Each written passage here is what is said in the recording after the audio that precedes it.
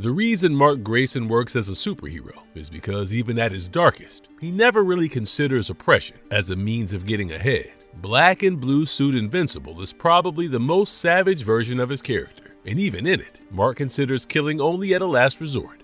If he wanted to become a ruthless conqueror, he'd have accepted his dad's offer and joined the Viltrum Empire. And while Prime Mark resists that calling, several alternate Marks don't. In this video, we will take a look at one such Mark who appears to have dedicated himself in service to the Empire. We'll try to dissect the origin story of Mustache Mark, determine his motivations for joining Angstrom Levy, and discuss his ultimate fate in the series. So strap on your spoiler hats, because there will be a lot of those in this video. Before we go into our explanation, we have a very small request. If you like our content, please support us by subscribing to our channel. This is a small click for you, but for us, it means a lot. Thank you. Let's begin.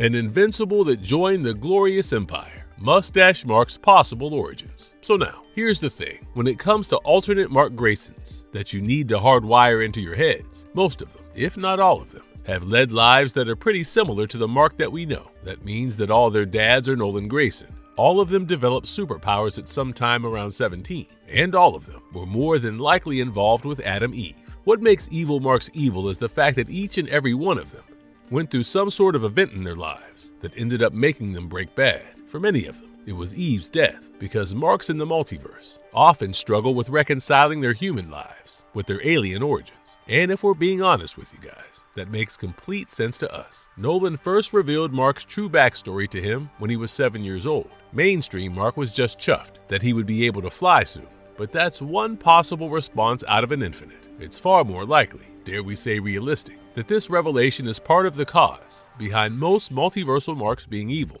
We don't get extensive backstories for a lot of these guys we're seeing in the Invincible War. Maybe a couple of them drop a few lines that explain what all their origins must have been like, but all of them have one thing in common. They always felt different from humans. Even the superheroes of Earth didn't exactly make them feel like he was part of their society, because he was just so much stronger than all of them. Invincible's big conundrum in a battle isn't that he'll lose, it's that he'll end up going overboard and kill someone. Mark is extremely powerful, and in the main timeline, that power often ends up feeling like he's a curse to him. In alternate worlds, he relishes in it, and when the time comes for him to turn to the dark side, he does so gladly. Many evil Invincibles either join Omni-Man or kill him and replace him, and Mustache Mark is clearly in the former category. He's one of two alternate Mark Graysons who wear the Viltrumite uniform that is traditional in Nolan's era, which means that both of these guys must have ended up accepting their dad's offer after watching him kill a mortal. Not just that, they went all in on being proud sons of Viltrum, being led by their glorious Grand Regent, Thrag. Mustache Mark is called Mustache Mark because, unlike his younger Viltrum Empire counterpart, he has matured into an adult Viltrumite, warrior/conqueror. Mustache Mark is visibly older than many of the other Marks that Angstrom gathered with his dimension hopping. His mustache is near identical to Nolan's when we first met him, and the fact that he sports it is a sign in and of itself.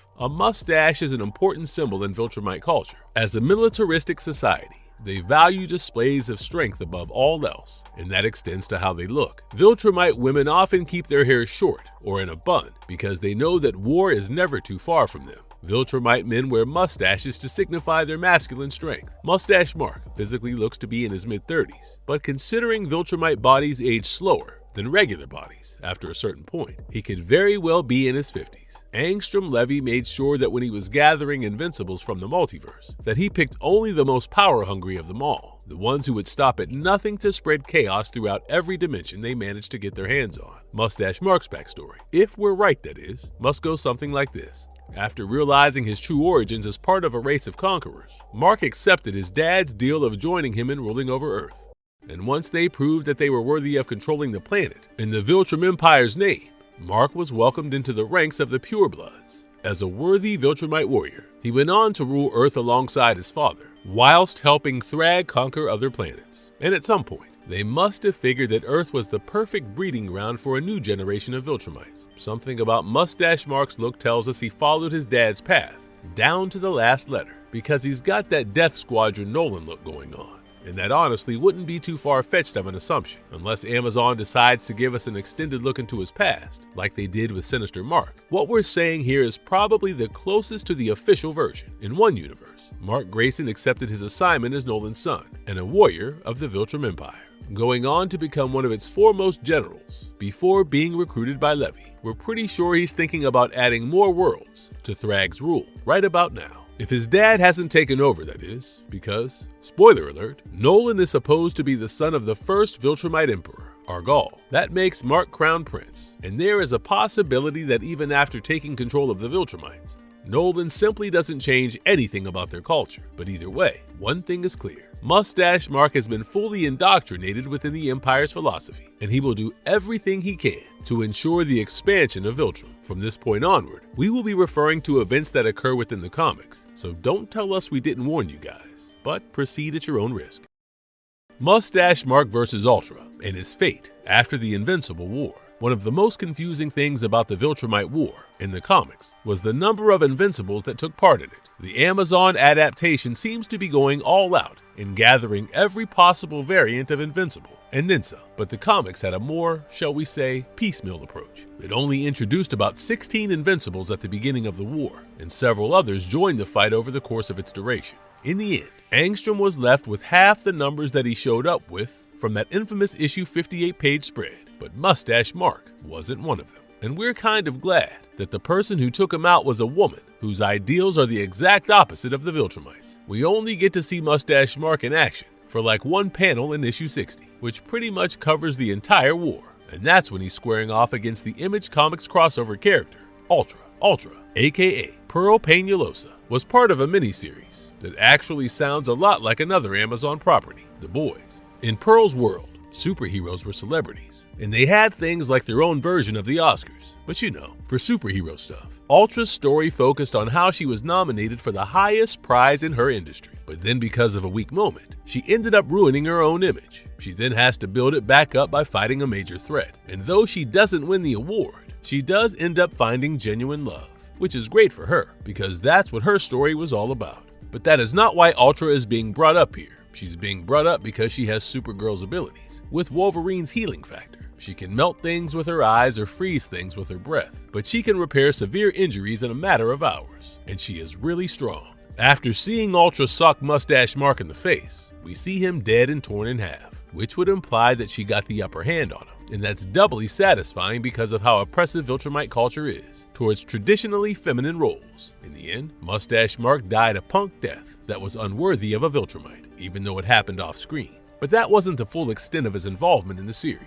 At least the TV show gives him a bit more respect by having Tech Jacket finish him off, who doesn't need to blow up his suit and put his life in mortal danger to accomplish that feat. And turns out, dead Invincibles can sometimes be more useful than the living one. The GDA picks up on this pretty much as soon as they begin the cleanup effort in the aftermath of the war. Mustache Mark's legacy of destruction gets redeemed to a certain degree because Cecil takes custody of his corpse and turns him into a Reaniman for the sake of humanity. Turns out, D.A. Sinclair will find a way to apply his technology to superhuman individuals as well. And now, any fallen superpowered individual can be brought back at their physical peak, only under Cecil's control.